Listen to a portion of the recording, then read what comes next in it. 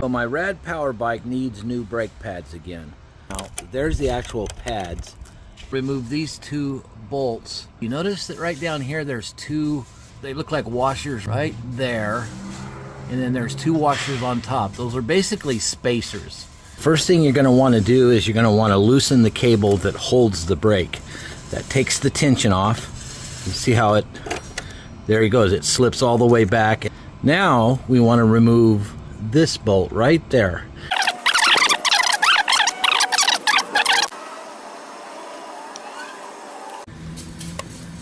Okay, this back one, well, the front one actually, is all the way out.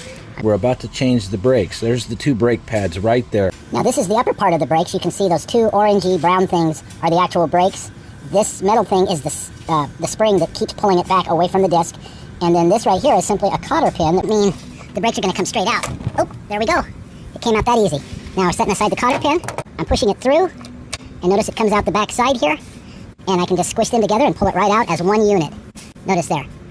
Now we can also see, well, we got them right here, how paper thin my brakes are.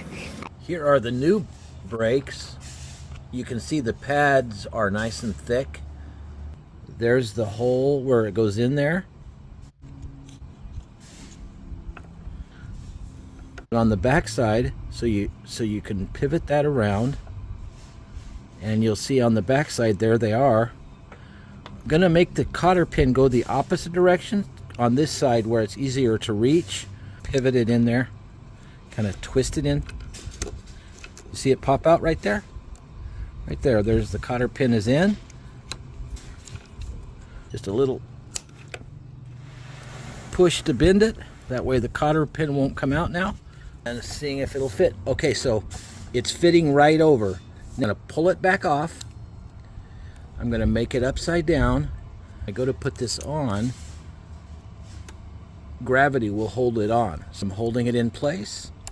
So when I go to pivot it around, you'll see it's just sitting there.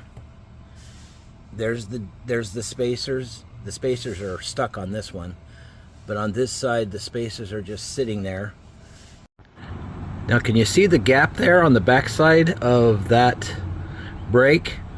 You really don't want much gap. In fact, you want it almost touching the disc.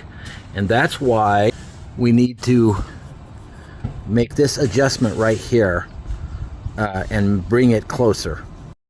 Now you can see that that brake pad is nearly touching this disc. The front brakes are actually mounted right here. Incrementally, as the brakes wear down, you need to